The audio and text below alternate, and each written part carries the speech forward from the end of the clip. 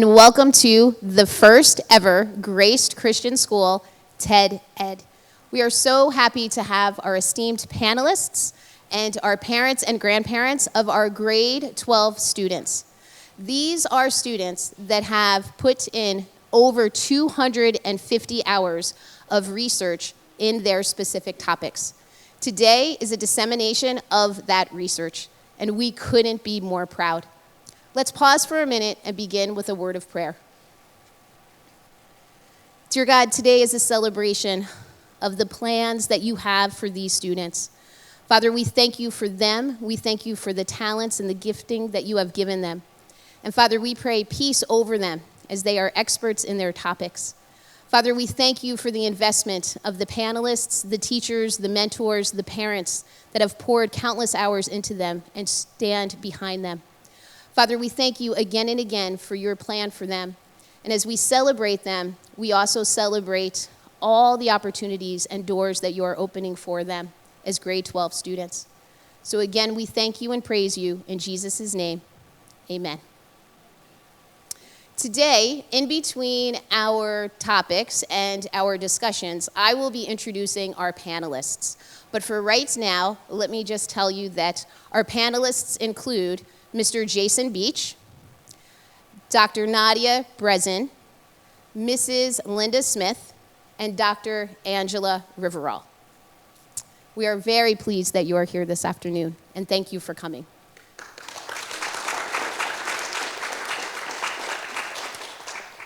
So as you guys know, a TED Talk is an idea worth spreading. And today, our grade 12 students have between 10 and 12 minutes to share that idea and that research with you. These students have been working tirelessly, and let me just tell you a secret, they're a little nervous. But they have nothing to be nervous about because they really do know their stuff. So let's begin. I am very pleased to present Ms. Hillary Chu. Her presentation is on intrinsic motivation and academic success. Her community mentor was Dr. Tracy Wong of McGill University. Dr. Wong is part of the Department of Educational and Counseling Psychology at McGill. Ladies and gentlemen, Ms. Hillary Chu.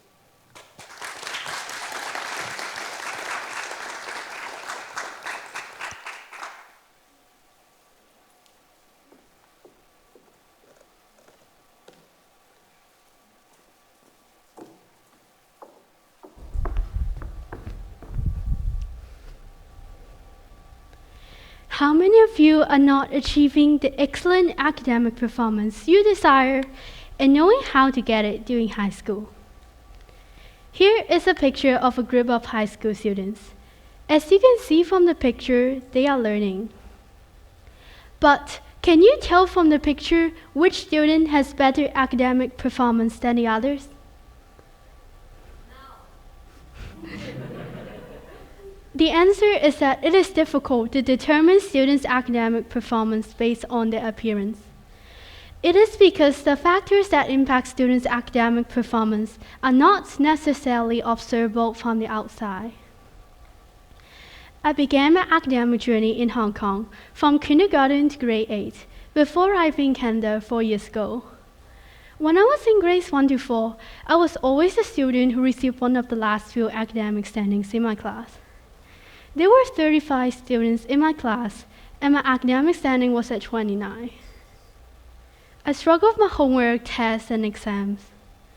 I've always wondered, what could I have done better? And what makes students more successful in academic performance than others?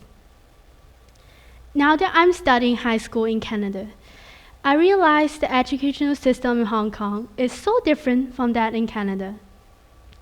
Most of the schools in Hong Kong view academic ranking as the most important indicator of students' academic success.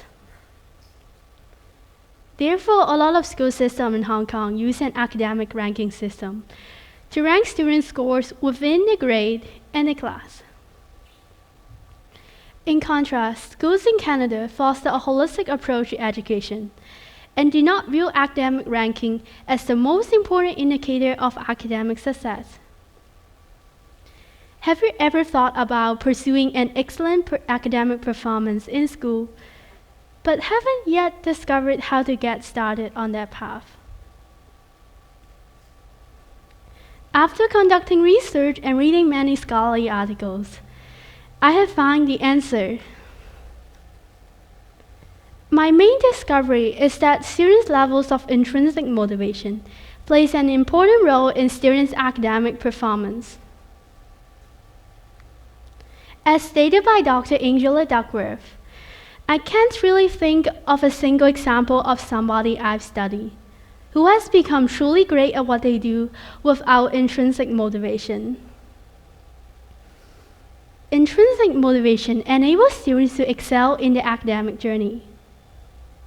Chirasley, Nikin, and Ford in 2014 discovered intrinsic motivation created the most profound effects on our own motivation, which enables students to be lifelong learners and pursue excellent academic performance.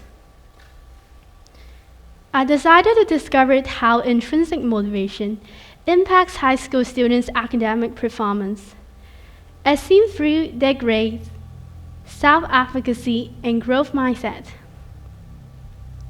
Intrinsic motivation can be applied to anyone, but in my study, I focused on high school students as the targeted group to learn how intrinsic motivation impacts their academic performance. To begin, let's define intrinsic motivation. Intrinsic motivation takes place when students are motivated to perform any activities for intrinsic reasons. The activities are for pure enjoyment or to gain an opportunity to explore, learn, and actualize their potentials. Students who are intrinsically motivated are determined to succeed in all areas of learning.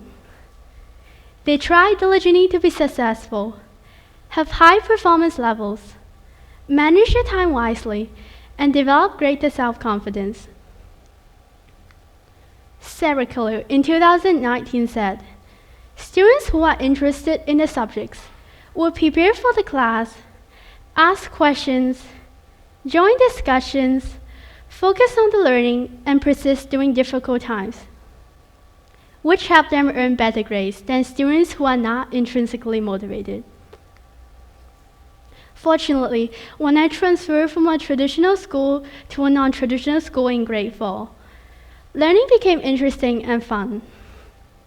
I began to develop a growth mindset through viewing setbacks as a necessary part of learning. Eventually, I started seeing improvement in my academic performance. And I wanted to discover what I did differently in elementary and high school that affected my academic performance. I conducted research on major issues that affect high school students' academic performance. My hypothesis was that intrinsic motivation would create positive impacts on high school students' learning.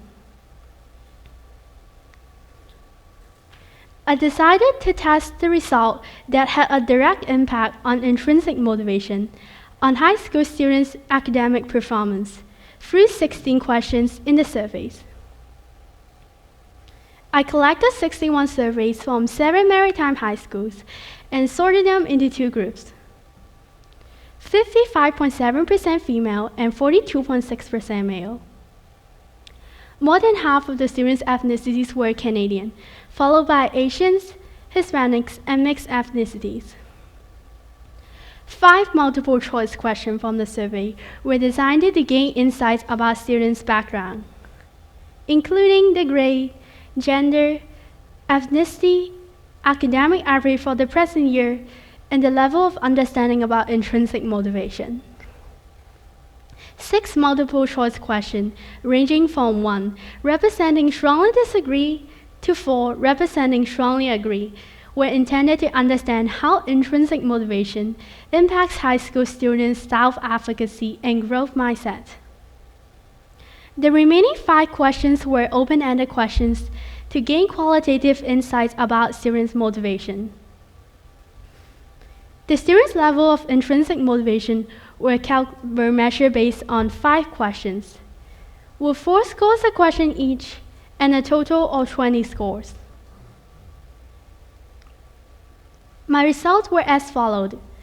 Students' academic averages were measured based on the responses to this question.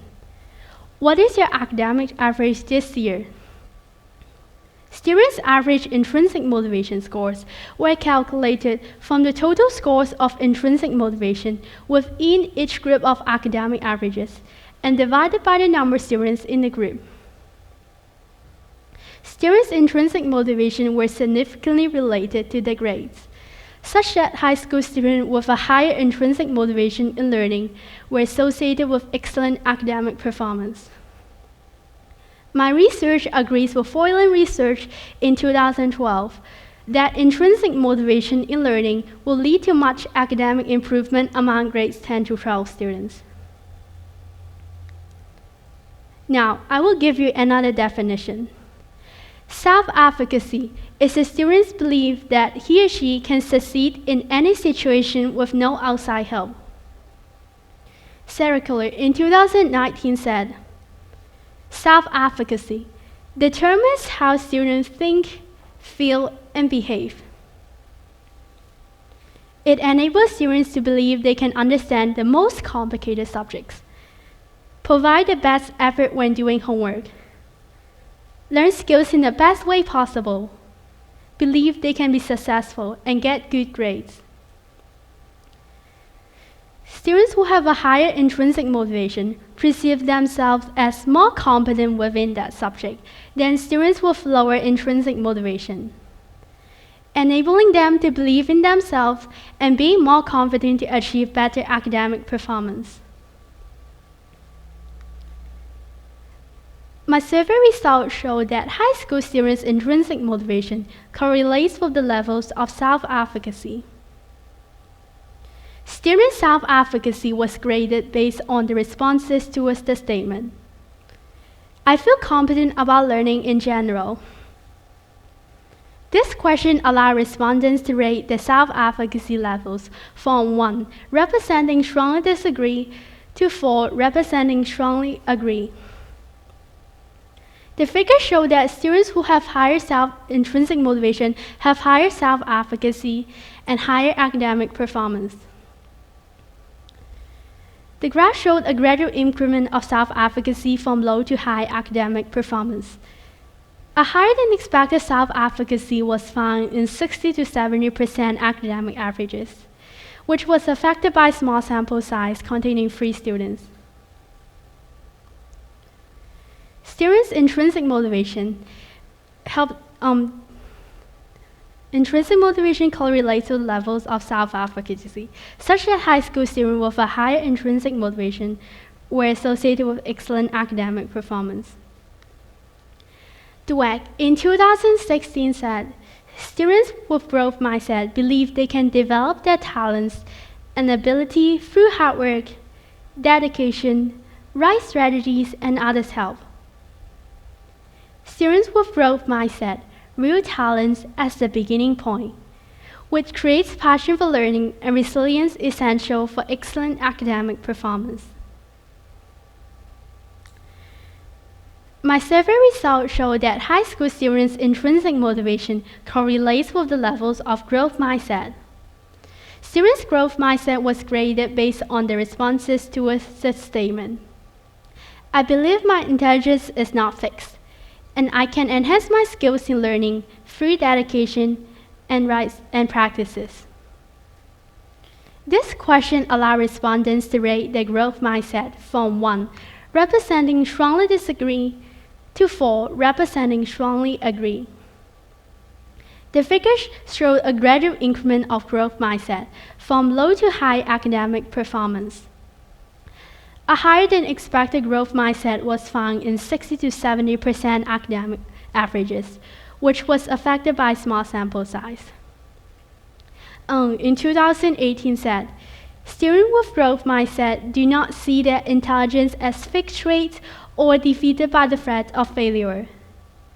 Thus, students who are eager to face learning challenges have a more profound growth mindset, helping them to persist during complex challenges.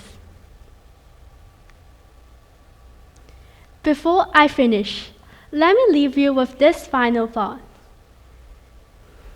I have found that intrinsic motivation created positive impacts on high school students' academic performance, as seen through their grades, self-efficacy, and growth mindset.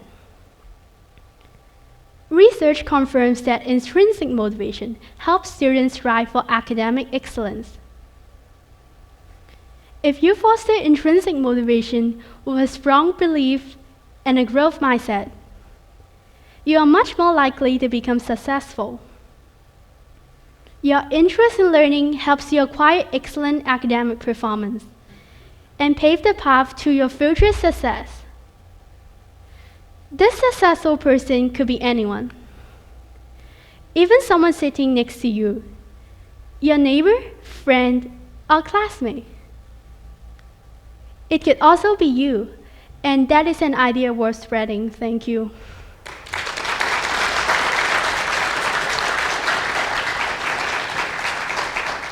Wow. I am going to begin to answer our panelists as we are getting ready for our next presentation. Dr. Nadia Brezin, would you like to raise your hand? There she is, right there. I am going to have a really hard time with some of the language in here, so forgive me. Dr. Brezin received a Bachelor's of Science in Industrial Automation from a really interesting university in Brazil in 2005. She has a Master's of Science in Automation and Instrumentation and Control in 2007, and she has her PhD in Biomedical Engineering in 2011 from the Faculty of Engineering in the University of Porto, Portugal. She joined Ontario Tech University in the Hospital for Sick Kids in Toronto as a collaborative research project from 2011 to 2014. In 2015, she became a research associate for the neonatal department of Sustainable Design and Engineering. For the sick kids in 2017. She was hired as an assistant professor by the Faculty of Sustainable Design and Engineering in the University of Prince Edward Island, PEI. And her research program is based on veterinary medicine engineering and takes place in her lab right here. As a professor, she utilizes all resources to inspire her students to pursue studies in STEAM fields, whether through academic programs or through her diverse roles. She promotes environments with equal opportunity that fosters respect and communication across gender, race, or other cultural communities. But most importantly, she is a mom to Ava in grade 1 here at Grace Christian School, and also a mom to little Oliver. And is he in daycare? And he's in daycare, yeah. So he's only 18 months, so again, we thank you for being here today. Thank you.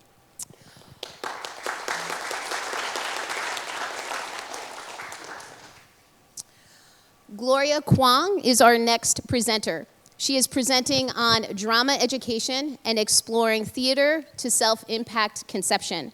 Her mentors are Mrs. Lael DeBoer of Grace Christian School and Dr. Sean Wiebe from the School of Education at UPEI.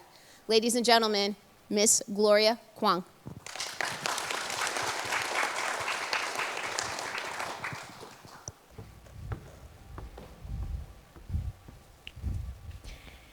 Here is some picture of a drama class I took in grade 9, one of my most precious memory of my teenage year. Before every class, there was a cathartic activity where students were allowed to express areas in their life that made them frustrated or upset over the week. One day, a student complained that she was disrespected by her classmate, even though she tried her best to be kind and helpful to them. She couldn't understand why her classmate would not accept her kindness. To help the student understand, the drama teacher used an improvisation technique with the class. The scenario was, student A was given an orchard that had abundance of oranges for him to share with student B. But student B refused to take the free oranges and threw them away for no reasons. What would you say to him if you are student A? The students in the classroom responded with various angry comments like, "Look how nice those oranges are. You're such a worthless person." Until another student A stood up and said, "Why did you throw the oranges away? Did you encounter something unhappy? Or do you not like oranges at all? I can bring you some apples tomorrow." The classroom was in silence, and all surprised by the sympathy and the generosity of this student. I started to see the charm of drama that gives people a voice to express themselves. By acting out emotions, students are able to see each other like a mirror, and they will understand there may be no best way to solve a problem, but there is always a better solution. This is the meaningful purpose of drama education. The purpose of my research is to explore how drama education improves the self-conception of teenagers, resulting in students' better capability with their emotional management. The main motivation that drives me to this research is based on the fact that today in North America, adolescent suicides are the second leading cause of death. Many students encounter difficulties in recognizing their self-identities and often fail in the acceptance of self. Much research has indicated that this is because of the significant mood swing in adolescence. The prefrontal cortex in our brain, as shown in the picture, continues to develop structurally during adolescence, which is particularly responsible for logic and impulse control. When students have a hard time in regulating their emotions, they easily feel ambiguous with one question: who am I? Now, let's ask ourselves this question: who do you think you are? You may think, I am a student, or I am a knucklehead, or I am a genius. A survey for American high school students conducted in 2008 has indicated that young people always generated negative ideas about themselves. And the three main symptoms following these ideas are low self-esteem, adolescent resistance, and depression. Based on the feedback collected from the students with low self-esteem often think, anyway, I think I'm dumb and stupid. I will fail no matter how hard I try. And students with adolescent resistance often think, I don't want to be treated like a kid anymore. I am the center of the universe. And students with depression are often annoyed with the ideas like, there was nothing worth living for. These ideas appeared most where there are peer pressure, stressful life events, lack of love, and kinds of adversities in life. And these are the students benefit from drama education. Based on my qualitative research, I have found that teenagers really need a safe place to express themselves and to rebuild their confidence. And theater is that place.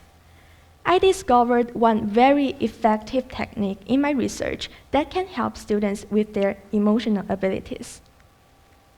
The theoretical method guiding my research is the improvisational theater by Elizabeth Swados, an American playwright. An improvisational theater consists of 3 steps. The warm-up at the beginning allows students to develop group dynamics, establish trust, and then in the second stage, students are able to unburden frustrations through role-playing, just as the one I did in my grade 9 drama class, which also satisfied their sense of self-esteem. After the rehearsal, students are able to cool down and think calmly in the reflection stage. A professor of psychology in Columbia University named Edward Higgins further concluded that the core of improvisation is that participants are acting based on the rule of as if. When students perform with an assumption, they hold a certain belief, and their attitudes tend to transform in the direction of that belief. Therefore, improvisation theater can bring optimism, reduce the discomfort felt by students, and guide their identities. Today's market for drama education is facing the challenges of low popularity, lack of respect, and lack of materials. However, after my research, I have found more confidence in starting with our local community, since the Western culture has already had a strong basis and a mature market for drama compared to other parts of the world. To help schools and administration to develop drama program, I use interviews with some high school drama teachers as the methodology of my research. This figure behind me shows the keywords that reflect the educational purpose of drama classes. The most frequent words used by these drama teachers, such as understand, support, safe, and community, points to the importance of teachers to encourage and support their students to express themselves. The next chart in my result shows the 7 theatrical strategies recommended by these drama teachers to enhance their students' emotional management abilities. Although the approaches may vary depending on different school systems, all the teachers involved in my interviews agree on providing a safe place for students to explore their true selves, with the highest application rate of 28.6%. These strategies serve as a guideline for these drama teachers who achieve their educational goal through the approaches of recognition, communication, and protection of students. Drama education creates a special place for relationship building, where fear, sadness, and apprehension will be eliminated within an accepting environment. So if you're a student sitting here today who are suffering from mental struggles, I encourage you to step out of your comfort zone, be bold to express yourself, and relieve negative emotions on time. And if you are a teacher, a parent, or a friend who sees those suffering from mental struggles, I encourage you to help by providing them a safe and a supportive environment where they can express themselves freely, such as in drama education. I would like to end my presentation with one of my favorite quotes in this research. If I am not for myself, who will be for me? If I am just for myself, what am I? And if not now, when? Said by Euler the Elder. Young people really need support to be themselves. Drama education allows students to grow in an environment where emotional expression and the establishment of a clear self-identities are encouraged. Drama education explores a future where students' world will be a better place. Thank you.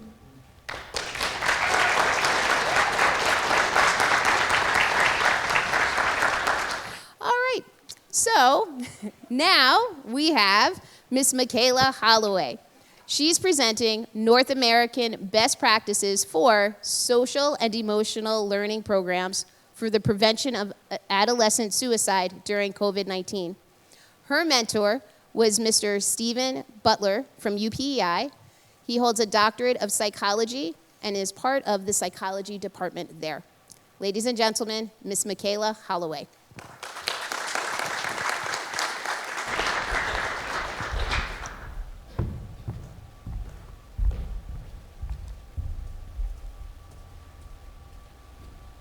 Do you guys remember what you were like as children? When I was a child, I used to cry over every little thing. Something bad happened, I cried. If I got hurt, like when I tripped and fell or hit my elbow on something, I would cry. If I didn't know how to deal with something, like when I lost my childhood blanket, usually downstairs in the living room, I would cry and I would get embarrassed. Now, as a kid, I actually decided that I was going to force myself to stop crying. And I would usually do this by breathing really heavily or by hiding my face so that no one could see that I was crying. Eventually, I came to the realization that the bad situation, pain, or embarrassment would go away and that I didn't have to react so intensely. Now, what about the adolescents that haven't come to this realization, that haven't learned this lesson, that don't know about their emotions and don't have anyone to talk to about their emotions? The consequences of this could be something as simple as having a hard time dealing with your emotions. It can get worse and worse as time goes on, such as turning to alcohol abuse, drug abuse, risky sexual encounters, and can get as bad as a mental illness diagnosis or a suicide attempt. What if there is a way that we could teach adolescents healthy coping mechanisms and about their own emotions? These actually exist and are called social and emotional learning programs. Social and emotional learning programs, or SEL programs, teach social and emotional skills, and they are usually implemented into schools and after-school care programs, usually in the elementary grade to provide a firm foundation for the children, and usually not in middle school and high school. As I began my research into SEL programs, I learned that they can be used to help with mental illnesses, such as depression, anxiety, and PTSD. Then, my research consultant and I began wondering about adolescent suicide over the past decade, more specifically during COVID-19 that began in March of 2020. There began my research into North American best practices for social and emotional learning programs to prevent adolescent suicide during COVID-19. Since we're talking exclusively about adolescents, ages 12 to 18, we need to learn about their school experiences, also because school is a very important time for adolescents. Now, parents and teachers in the crowd, tell me if this sounds familiar. I'm so tired of this. We don't have to learn any of this stuff. We don't use it in the real world. How would you know what it's like? You haven't been to school in decades. Now, when students are given the opportunity to give honest feedback to their school, one of the main criticisms from the students was that they felt like their teachers didn't care about all of them equally, that they cared more about the good students. Now, the good students are usually the academically and physically elite students that show promise for their school. There was also the cry to stop the checkbox lifestyle. Now, this refers to the idea that a student has to achieve a certain amount of accomplishments in order to have worth at their school, whether it be getting A honor roll, getting the championship in whatever sport that you play, or getting how many thousands of dollars worth of scholarships. Now, this is very damaging to a student's self-esteem as they feel worthless, on top of all of the issues that they have to deal with just living life, which already brings in the need for social and emotional learning programs without the impact of COVID-19. Now, SEL programs only make up 13% of high school research, and whatever studies that have been conducted, there seems to be evidence that they do actually help with depression and anxiety. But there needs to be more research into which domains work the best.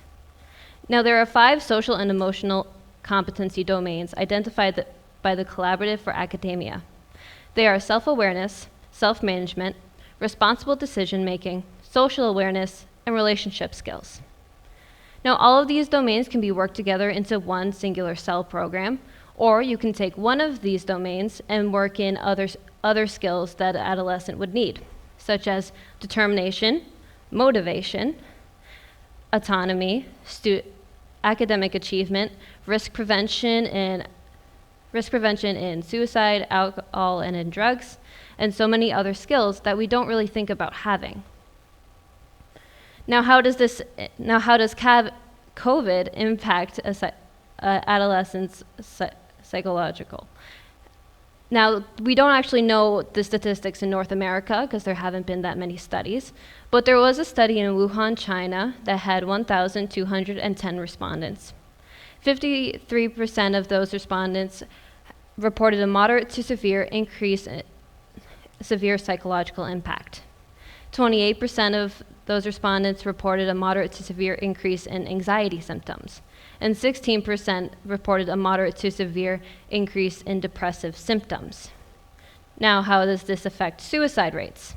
Again, there aren't that many reports out from 2020 and 2021, but there is a report from about 2009 to 2019 for the United States of America that reported a 57% increase in suicides nationwide from ages 10 to 24. Now, it may be hard to hear those numbers, but what can be even harder to hear are statistics from your own students, your own children, your own classmates, and your own friends. Now, I conducted my own survey about cell programs, your experiences in middle school, self-harm and suicide, and the impact of COVID-19. Now, 87% of my respondents go to a private school, and 13% went to a public school. 80% of my respondents are in high school, and 20% are in middle school. I first asked if they think that their school cares about their emotional needs. 51% said yes, 29% said no. I asked if they think that their school cares about their social needs. 64% said yes, and 16% said no. Then I asked them if they think if mental health should be taught in schools. Out of 31 responses, everyone said yes, with a varying response such as yes, if it can be taken seriously or taught properly. Then I asked about self-harm and suicide. Now, there was a trigger warning attached to my survey in case they didn't want to take it, and there was a do not wish to share option on my survey for those who did not want to share. I first asked about self-harm. The self-harm question is as follows. If you are willing to share, have you considered or have self-harmed in middle school or high school? 43% had not considered self-harm, and 26% had considered self-harm. The suicide question is as follows. If you are willing to share, have you considered or have attempted suicide in middle school or high school? 56% had not considered suicide, 36% had, 1 person did not wish to share, and 1 person was willing enough to say that they had attempted suicide. The final question of my survey was, has the pandemic made you more anxious than usual? 56% said yes, 26% said no, and 19% said slightly or something similar. Now, it may be hard to hear those numbers because I know that they are my classmates and my friends, people you may not even know or people you just pass in the hallways. But as I was watching the survey results came in, I got really, really upset that I wasn't able to tell that these people were struggling and that they probably didn't have anyone to talk to about their struggles, which calls for the need for cell programs and also the involvement of our parents and of our teachers. Now, parents, I know it's really hard to deal with us. That you have to deal with all of our emotions and our mood swings. And teachers, I know it's hard to deal with us smelly, rotten kids. 6 days out of the week, 5 days a week, 9 months out of the year, year after year after year. But this is about all of us working together, the adolescents, the parents, and the teachers, and bringing in and implementing cell programs, not only to help the adolescents, but to help contribute to the research that needs to be done in order to help other adolescents. All we have to do is try. Thank you.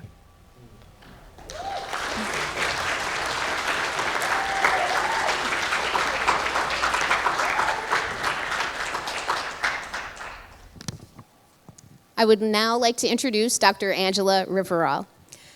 Dr. Rivera is a research associate in the Department of Applied Human Sciences at the University of Prince Edward Island and an adjunct professor in the Department of Pathology and Microbiology at the Atlantic Veterinarian College. She earned her PhD in microbiology and immunology from Dalhousie in 2006, and in 2021, she completed a graduate certificate in bioinformatics through Harvard University Extension School. She's a busy mama.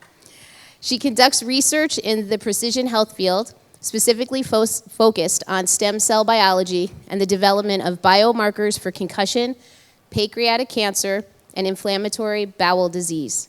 She is part of the Grace Baptist Church community and volunteers her time as a Sunday school teacher for the Kingdom Kids program. She and her husband, Enrique Sr., are blessed with 3 children. Enrique Jr., who's 19, an alumni from Grace Christian School. Christiane, who's in grade 11 at Grace Christian School. And little Eliana, who is graduating this year from kindergarten. We thank you for being here, Dr. Rivera.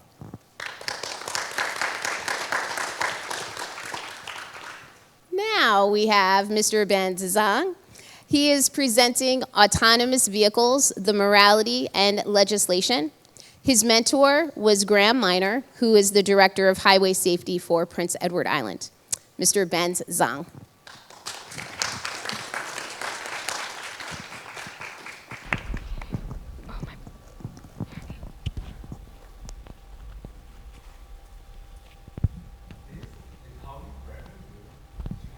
Ago.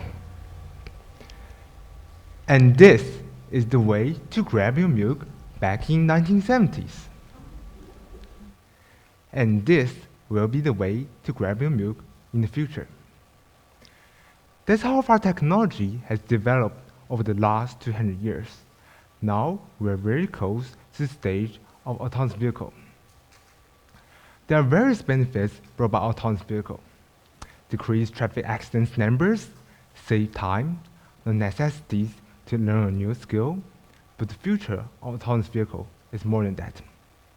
We need to plan a route how this is going to function, not technically, but socially and legislatively.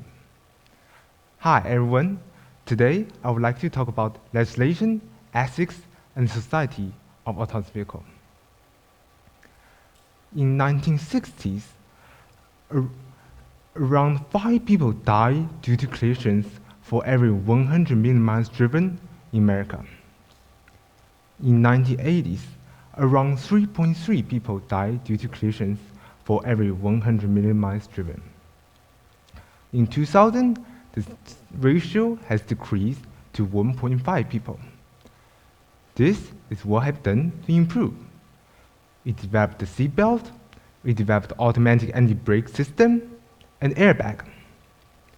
Still, according to the World Health Organization, around 1.35 million people die due to collisions globally every year. This is the image of a typical driver. He's tired and he's reckless. Hopefully, you do not behave like him when you're driving. Well, the appearance of autonomous vehicle provides us the final puzzle to take place of human, and traffic system will work perfectly. Wow, nicely done. We just solved the problem that has troubled human for 200 years. Or is it that simple? Okay, here's the scenario. Imagine fully an autonomous vehicle has crashed with another man-driven vehicle. Who should take the liability? The car owner, the car manufacturer, or just blaming on some mysterious force? This is where legislation steps in. According to the German Autonomous Vehicle Bill, each vehicle should equip with a black box to record the status of the vehicle. With the data provided by the black box, now we are able to make some judgment. Because the legislation which deals with the liability of autonomous vehicle does not exist in Canada yet, I'm boldly presenting a hypothesis which is definitely not perfect. Well, this will give us a glance at what the future legislation looks like. I have sent out a survey to Grace Christian School communities and Congress students. 80% out of 65 interviewees says humans should override the vehicle when they determine it can avoid the collision. Therefore, if human interference was the cause for the collision, the driver should take the liability. If human interference was not the cause for the collision, then the investigator should determine the status of the vehicle. If the vehicle was being hacked, then the hacker should take the liability. If driving system failure was the cause for the collision, then the car manufacturer should take the liability. There are various causes for the physical damage of the vehicle, and the car owner should mainly be responsible for that. If physical condition was the cause for the collision, then the car owner should take the liability. In North America, the tradition of modifying and assembling vehicles and computers on their own, as a combination of both, should the autonomous vehicle be allowed to repair privately? The answer is no. Undoubtedly, there are lots of people who is interested in hardware and software of autonomous vehicle. While this will cause legislative difficulties as the contradiction between freedom and public safety. Car manufacturer generally agrees that unauthorized modification should be legal, as this will be dangerous not only to the car owner, but also to others on the road. The obvious analogy is the Digital Millennium Copyright Act, which criminalized the unauthorized tampering and copying of the protected programs. Apple is unlikely to sue those who jailbreak their products, while car manufacturers can prevent this through the contract and sue those who break the contract. Besides the legislation, autonomous vehicle is also facing the social dilemma. Imagine in 2040, you're sitting in an autonomous vehicle watching this outdated TEDx presentation. Suddenly, the vehicle faced a mechanical failure, and the brake just stops working. If the car keeps going straight, it will rush into the crowd that is crossing the sidewalk. If the car turns, it may hit an random person who is on the side of the road. What should the car do? And who should make that choice? What if the car can turn and hit the wall, killing you and the passenger? Would that be a better choice? This scenario was inspired by the trolley problem, which was a moral torture initiated by a group of philosophers decades ago. Lots of people argue that we should wait until this technology is fully developed and 100% ensures it can protect both the passengers and pedestrians at the same time.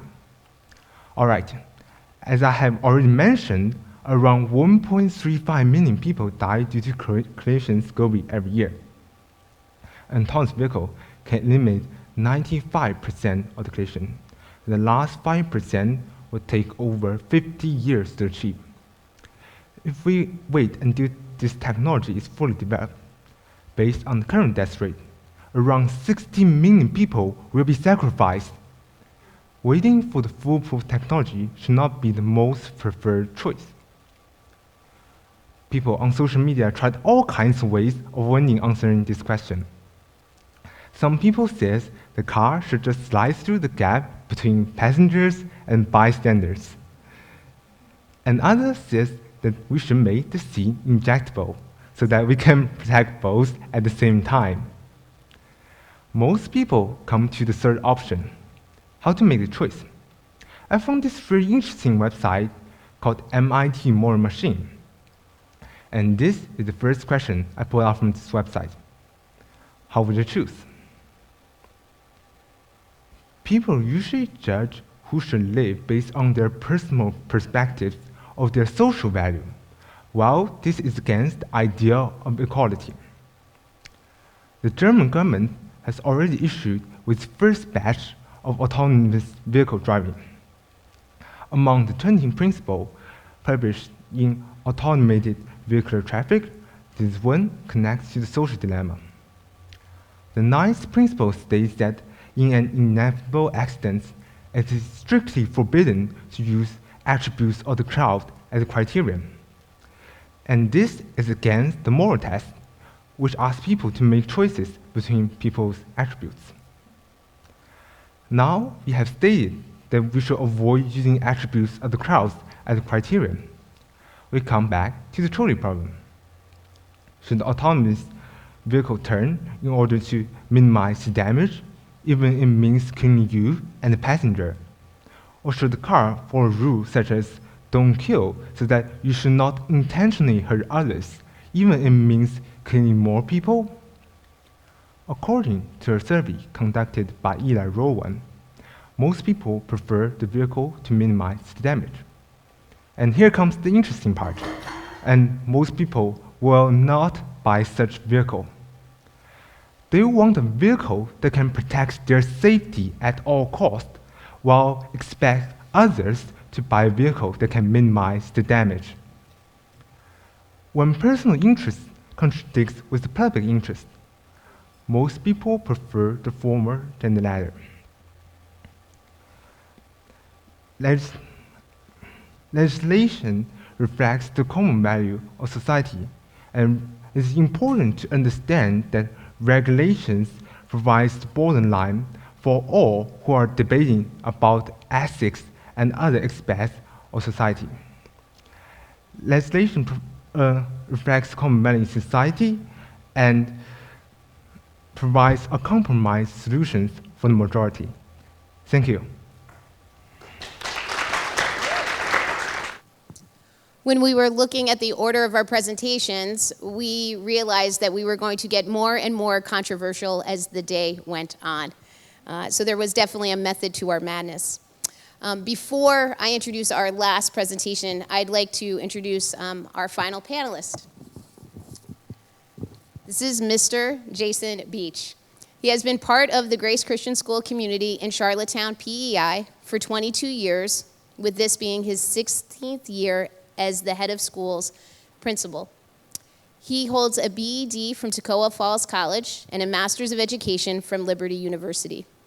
During his tenure, he has transformed Grace Christian School into one of the most innovative and technological, brilliant ACSI schools in Eastern Canada. He frequently presents at ACSI East Coast conventions on educational leadership and school culture. He is also an adjunct instructor at Kingswood University. He is passionate about training and equipping teachers to be who God has called them to be in their classrooms and in their schools. We are very grateful that Mr. Beach gave up his afternoon to sit on our panel today. Mr. Jason Beach.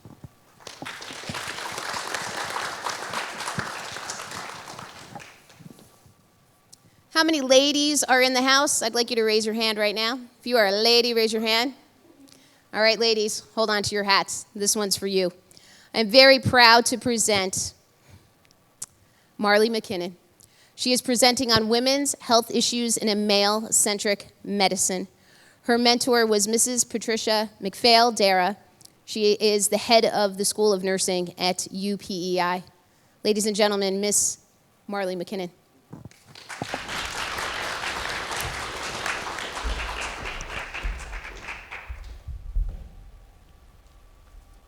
This is Peggy Vardaman.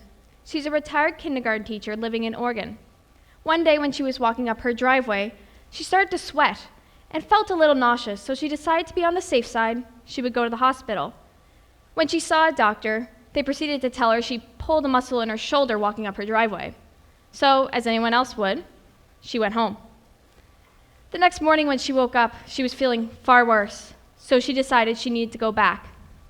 When she got to the hospital, they immediately rushed her to the cath lab because she was in fact the whole time having a heart attack. Without regular scans, 3 stents, a quadruple bypass surgery, and a balloon angioplasty, she would not be alive. The state of women's health needs immediate attention because women are being treated unfairly all around the world, to which I can attest. This is me. For the last 2 years, many of you know I've been sick. It started in July 2019 when I was admitted into the hospital with what they thought was probably a kidney infection. So they pumped me full of antibiotics and sent me home just as sick as I was when I got there. For the following months, I was in and out of the hospital and seeing numerous doctors. A gastrointestinal specialist took me in and gave me a colonoscopy, an endoscopy, and a digestive study. After that, he told me it was in my head and I might have some IBS. I cried on the way home because I felt unheard and like nobody believed me.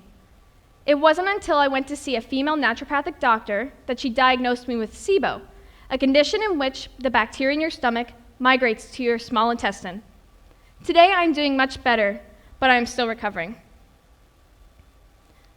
Today you will see the need for more education surrounding male-centric medicine through the history of women's health, the overprescription of medication, and the symptom differences in heart attacks for men and women. In 1939 Germany during World War II, unethical human trials were on the rise.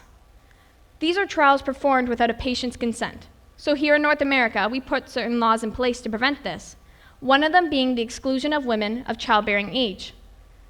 This was to protect women and their possible children in the future. This expanded to older women and younger women, and eventually the exclusion of all women. And at the time, they saw this as a blessing, but it was truly an injustice. It was the cheaper way of going about things. Now, this was happening because they believed that men and women were structurally the same, barring reproductive organs. And they called this bikini medicine. Here's a quote by Michelle Lyons: "Bikini medicine or women's health, because there is a difference."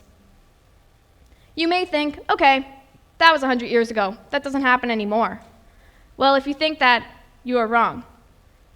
This is a medication called Ambien. A clinical trial was done quite a few years back, probably 10. And during this trial, it was conducted solely on men. When this medication was released, it wasn't until women were being pulled over for suspected impaired driving and getting in car wrecks because the medication was metabolizing at half the rate it was in men. So the dose was lowered to 5 milligrams. Today, it is only given out in 2 or 3 milligram dosages at the maximum. Prescription medications are not the only critical crisis in care. Looking at the heart health of women and the many studies surrounding acute coronary syndromes, discrepancies abound between the two genders in every aspect of the medical condition. When you think of a heart attack, you think of chest pain, an elephant sitting on your chest and pain down your arm. And that is the case for 50% of the population. Women rarely experience these symptoms. Typically, you'll have some heartburn, maybe some back pain, but the most reported symptom is just not feeling right. Because of this, women tend to seek medical care later because they are not aware that these are symptoms of a heart attack. A study done in 2018, it found that there's a 15-hour median time difference for men to go to a 15 median time difference for men to go to the doctor after having a heart attack, and 54 hours for women.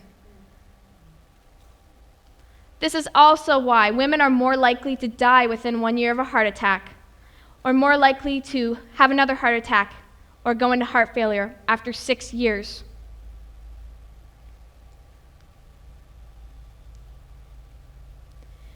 In order to properly analyze the state of the medical system here in Canada, I decided to publish a survey on my Facebook page.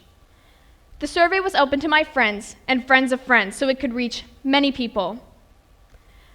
My aim was to have about 50 to 60 participants, 30 of which being women and 30 being men. But unfortunately, I didn't have very many men take this survey. I had 37 women and 7 additional women who asked to be a part of it afterwards after I closed the survey link, and 12 men after much coercion. The median age for both were around 35, and the age was represented properly in all of the areas for women, from ages 12 to 80 plus.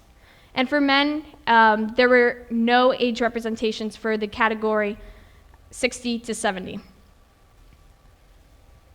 I also asked in the study if they had children, proper transportation, and other background questions to get an idea of what sort of situations I'm looking at and how easily available it is for them to go to the doctor. 3 findings I want to share for you today are some of the most important questions I asked in my study. The first question I asked was, have you ever felt treated unfairly by a medical professional? There were no constraints to this question. It was just simply put, if you've ever felt that you've been treated improperly. Over half of the women, 51.4%, agreed that they had been, and a quarter of the men had. When it came to making this question more specific, I asked, have you ever felt this was because of your gender? And still, almost 30% of women have felt that they've been treated improperly because they are a woman. 8.3% of men said they had been treated improperly because of their gender. And finally, one of the most important questions I asked was, I wanted to dive deeper into the idea of time differences when you're having a medical issue and you're not going to the doctor. Because when you look at the trial for the 15 and 54 hours to seek medical treatment after having a heart attack, that's pretty crazy. So I wanted to see if that extended into other categories of health. So I asked, how long did it take you to be diagnosed with a medical condition if you have one? As you can see on the bottom for the men's study, there's only 2 categories lit up. I do not have a medical condition, or I was diagnosed quickly. When it came to the women, every section is lit on the screen there. Some do not have a medical condition, and those who do, the majority of them, suffered for a long time before being diagnosed. Why is it that women are suffering for such long periods of time compared to men? What is stopping them from being properly diagnosed?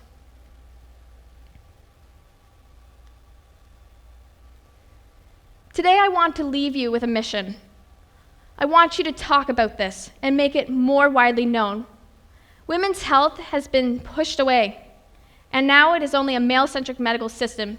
Even medical textbooks have anatomy of men in it rather than women. A change must be made, and it is up to you to make this decision. I can't force you to. No one can force you to.